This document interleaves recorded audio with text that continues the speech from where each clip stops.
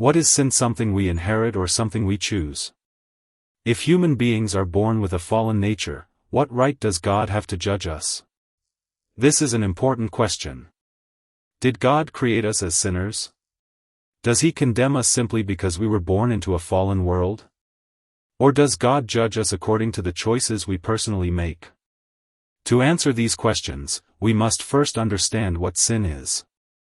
A small book titled Life of Victory makes this important observation.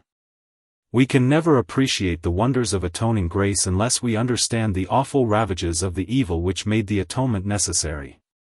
What made the atonement necessary? The answer is sin. Unless we understand the seriousness of sin, we cannot fully appreciate God's grace. We will not understand what Jesus experienced to rescue us and give us eternal life. Today, therefore, we will consider an important question. Is sin something we possess simply because we were born, or does sin involve our personal choices and actions? Jesus came to save us from sin. Before Jesus was born, the angel said to Joseph, "You shall call his name Jesus, for he will save his people from their sins." Matthew 1 verse 21. The name Jesus means Savior. Notice that the angel did not say Jesus would save his people while they continued comfortably in sin. He said Jesus would save them from their sins. Jesus came not only to forgive us but also to free us from the controlling power of sin. This does not mean Christians immediately become perfect or never make another mistake. Scripture teaches that believers continue to depend upon God's grace, Christ's righteousness, and the Holy Spirit's transforming power. However, grace must never be used as an excuse to hold on to deliberate sin. Paul asks, "Shall we continue in sin that grace may abound?" Certainly not. Romans 6 verses 1-2. The gospel does not make peace with sin. The gospel forgives sinners and begins changing their lives. Sin separates us from God. About 700 years before Christ, the prophet Isaiah wrote, "Your iniquities have separated you from your God, and your sins have hidden his face from you." Isaiah 59 verse 2. Sin damages our relationship with God because sin is rebellion against his loving will. This does not mean God has no compassion for sinners. God invites sinners to come to him in repentance. He is ready to forgive everyone who honestly confesses and turns to him. The Bible promises, "If we confess our sins, he is faithful and just to forgive us our sins and to cleanse us from all unrighteousness." 1 John 1 verse 9. God hears the sincere cry of the person who says, "Lord, have mercy on me. I have sinned." Jesus demonstrated this in the story of the tax collector who prayed, "God, be merciful to me a sinner." Jesus said that this man went home justified before God. Luke 18 verses 13-14. Sin separates us from God, but repentance and faith bring us back to him through Jesus Christ. Sin leads to death. Paul writes, "The wages of sin is death, but the gift of God is eternal life in Christ Jesus our Lord." Romans 6 verse 23. Notice the important word, but. Sin leads to death, but God offers eternal life. Death is the final result of separation from God because God is the source of life. There is no eternal life apart from him. However, eternal life is not something we earn. It is God's gift, given through Jesus Christ. This verse presents two very different results. Sin brings death. God gives eternal life through Christ. The good news is that God does not want us to die. He invites us to receive life. God invites us to choose life. Long ago, Moses spoke these words to Israel. "I have set before you life and death, blessing and cursing, therefore choose life, that both you and your descendants may live." Deuteronomy 30 verse 19. God did not force Israel to follow him. He gave them a genuine choice and appealed to them to choose life. The next verse explains what choosing life means. "That you may love the Lord your God, that you may obey his voice, and that you may cling to him, for he is your life. Deuteronomy 30 verse 20. God is our life. To choose him is to choose life. Joshua later made a similar appeal. Choose for yourselves this day whom you will serve. Then he declared, As for me and my house, we will serve the Lord. Joshua 2400 hours 15. Every person must make this decision. We cannot remain spiritually neutral. We will either allow sin to control us or surrender ourselves to God. Freedom of choice. The Bible consistently treats human beings as morally responsible people who can respond to God. God's grace comes first. The Holy Spirit awakens us, convicts us, and enables us to respond. Nevertheless, God does not force us to love or obey him. Love cannot be forced. A relationship cannot be genuine without freedom.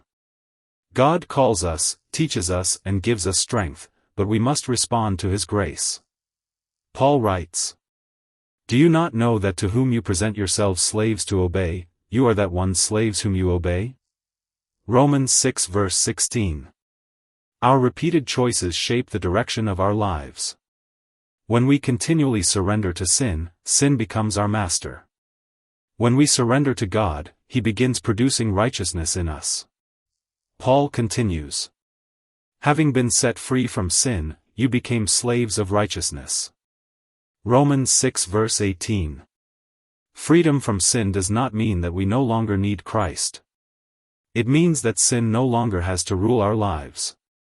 Through Christ, a new direction and a new way of living become possible. What is sin? We must now return to our main question, what is sin? The Bible gives us several descriptions. Sin is breaking God's law. Sin is lawlessness. 1 John 3 verse 4. God's law expresses his character of love. Breaking his law is not merely breaking an impersonal rule. It is acting against God's loving purpose. Sin includes failing to do what is right. To him who knows to do good and does not do it, to him it is sin. James 4 verse 17. Sin can include both wrong actions and the refusal to do what we know is right. Sin begins within the heart. Jesus taught that sinful actions grow from thoughts and desires within us. For from within, out of the heart of men, proceed evil thoughts. Mark 7 verse 21. Therefore, sin is deeper than outward behavior. It includes our motives, desires, attitudes, and choices. Sin damages relationships. Sin is not merely a broken relationship, but it produces broken relationships. It separates us from God and harms our relationships with other people. Therefore, a balanced biblical understanding is that sin includes rebellion, wrong desires, wrong choices, wrong actions, and failure to do what is right. These things damage our relationship with God and one another. Are we sinners by birth? The Bible teaches that we are born into a fallen human family. Through Adam, sin and death entered the world. Through one man sin entered the world, and death through sin, and thus death spread to all men. Romans 5 verse 12. Because of humanity's fall, we inherit mortality, weakness, and a natural inclination toward self-centeredness. We are born in need of a Savior. However, the Bible also teaches personal moral responsibility. Ezekiel writes, The Son shall not bear the guilt of the Father, nor the Father bear the guilt of the Son. Ezekiel 18 verse 20. God does not judge people unfairly for another person's actions. He understands our background, opportunities, knowledge, weaknesses, and circumstances. Jesus said, To whom much is given, from him much will be required. Luke 12 verse 48. God's judgment is completely fair because he knows every heart. We may distinguish between two realities. First, we inherit a fallen human condition. We are mortal, weak, and naturally inclined toward sin. Second, we become personally responsible for the choices we knowingly make. We did not choose to be born into a fallen world, but we do make choices within that world. God judges those choices with perfect knowledge, justice and mercy. Christ is greater than Adam.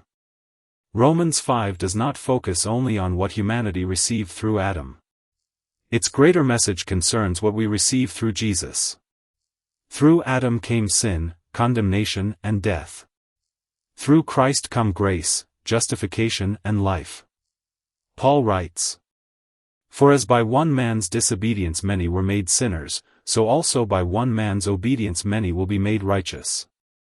Romans 5 verse 19. Our hope is not found in arguing about Adam. Our hope is found in Jesus Christ. Jesus entered our fallen world. He faced temptation, suffering and death, yet he remained faithful to his Father. Through his life, death and resurrection, he opened the way for us to be forgiven, restored and transformed. 5 ideas we should examine carefully. There are several statements about sin that require careful biblical examination. 1. Sin is only a broken relationship. Sin certainly damages our relationship with God, but Scripture also describes sin as lawlessness, rebellion and disobedience. A broken relationship is one result of sin. It is not the Bible's only definition of sin. 2. Committing sin never affects our relationship with God. Scripture teaches that sin grieves God and damages our fellowship with Him.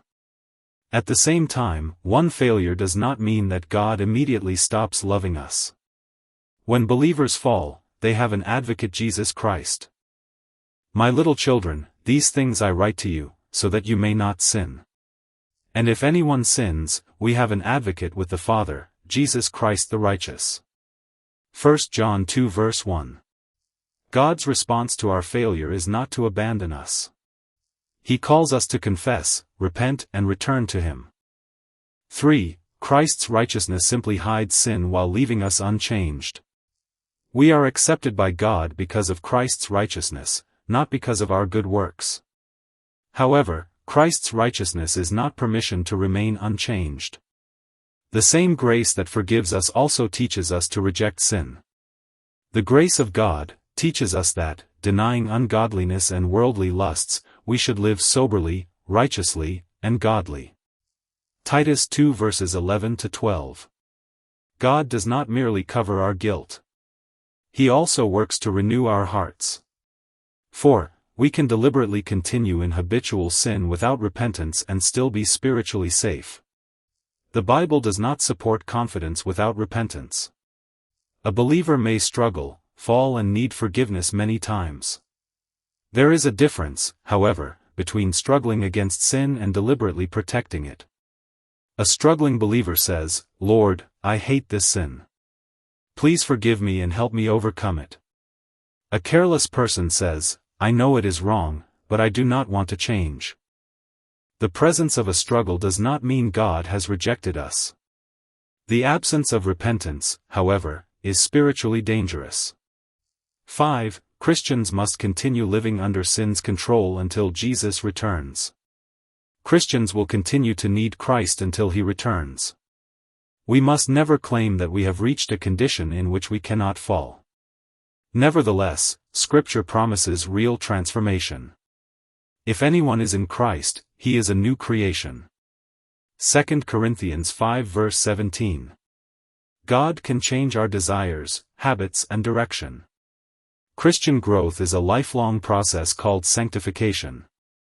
We may not become flawless overnight, but sin does not have to remain our master. Avoiding 2 dangerous extremes. We should avoid 2 opposite errors. The first error is to treat sin lightly.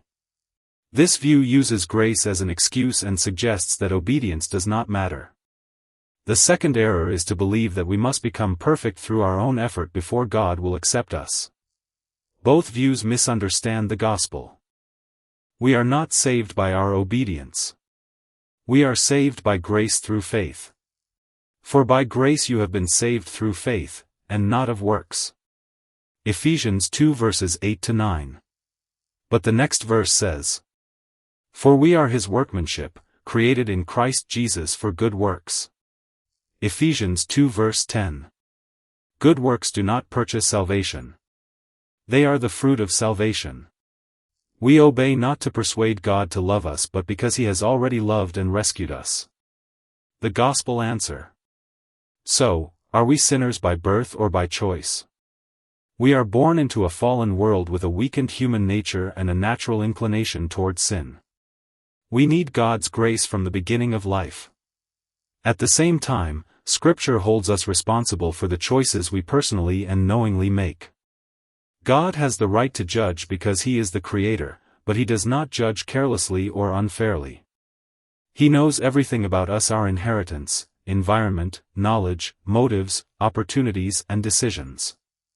Abraham asked, "Shall not the judge of all the earth do right?" Genesis 18 verse 25.